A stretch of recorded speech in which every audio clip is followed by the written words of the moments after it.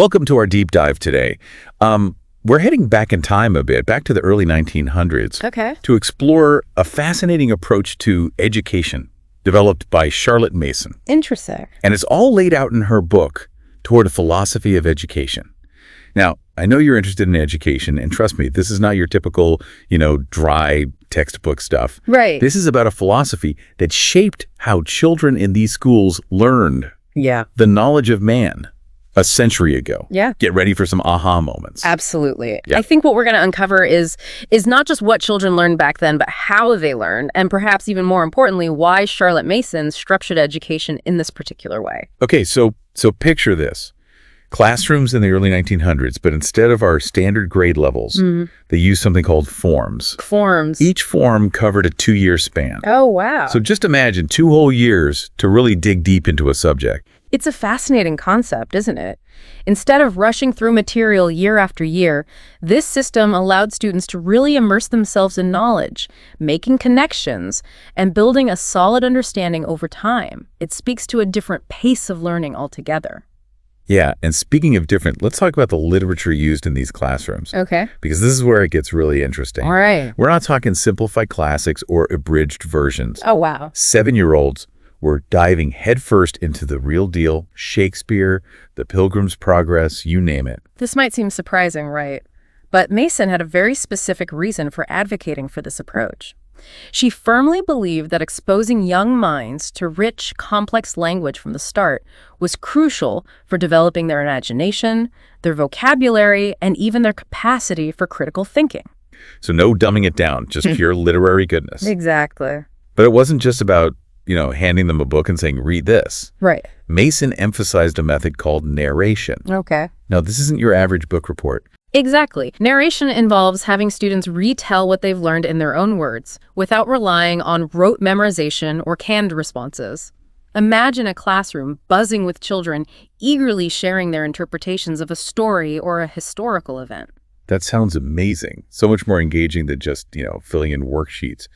But how did this narration technique actually work in practice? Well, picture this. A group of children deeply engrossed in a story, completely captivated by the language and the imagery.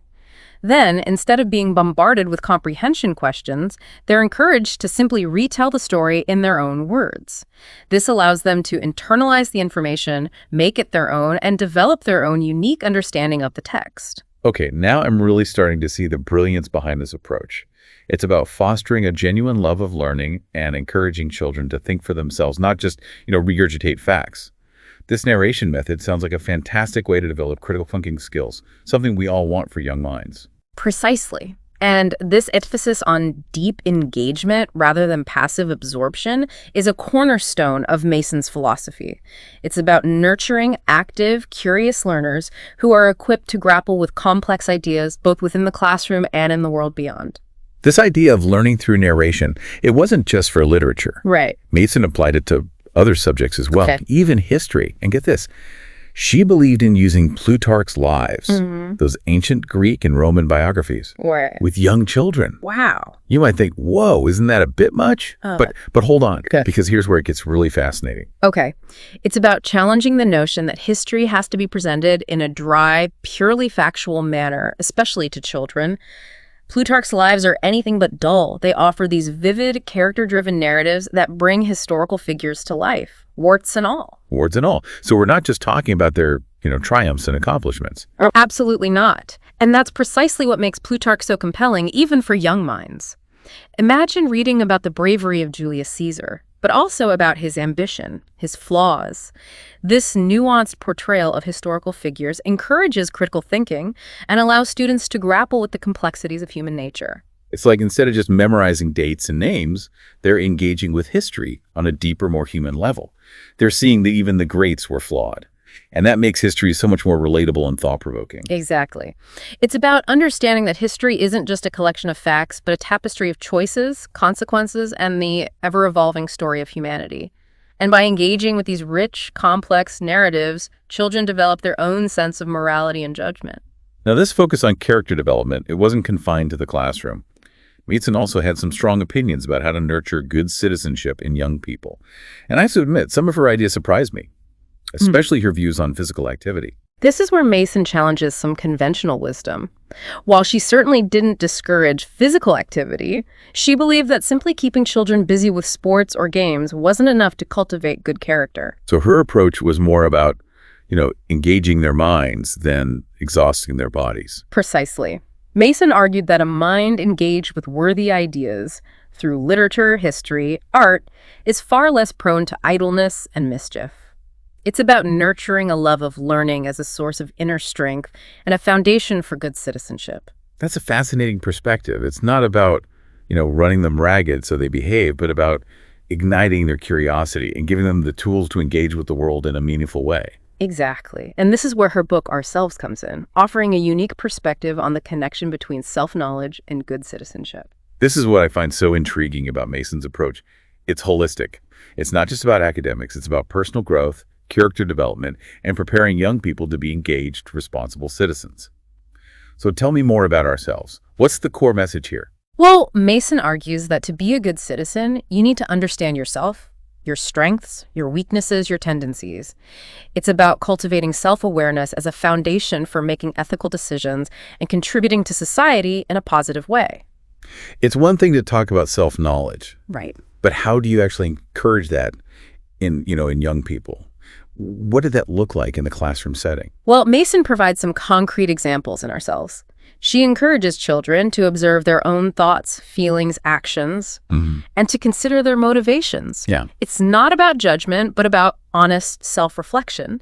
She even includes exercises and prompts to guide this process. So instead of just telling them to be good citizens, Right. she's giving them the tools to understand themselves and make ethical choices based on that self-awareness. Exactly. It's a fascinating approach. And what's even more fascinating is how this approach resonated with children. Mason recounts numerous anecdotes in her books. And in one, a student, after learning about Julius Caesar, declares, "I'm just like him. I don't want to do anything unless I can be the best at it."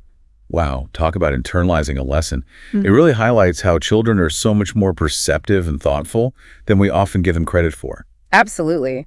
This child wasn't simply memorizing facts about Caesar. They were grappling with his character, his ambition, his flaws, and connecting those qualities to their own sense of self. That's powerful stuff. Yeah, it makes you wonder, what were those classroom discussions like?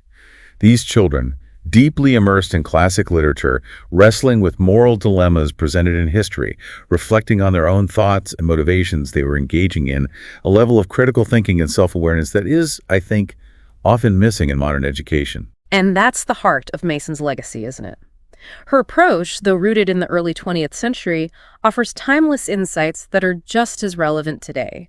In a world saturated with information and distractions, cultivating a love of learning, fostering critical thinking skills, and encouraging self-reflection are perhaps more crucial than ever before. It certainly makes you think.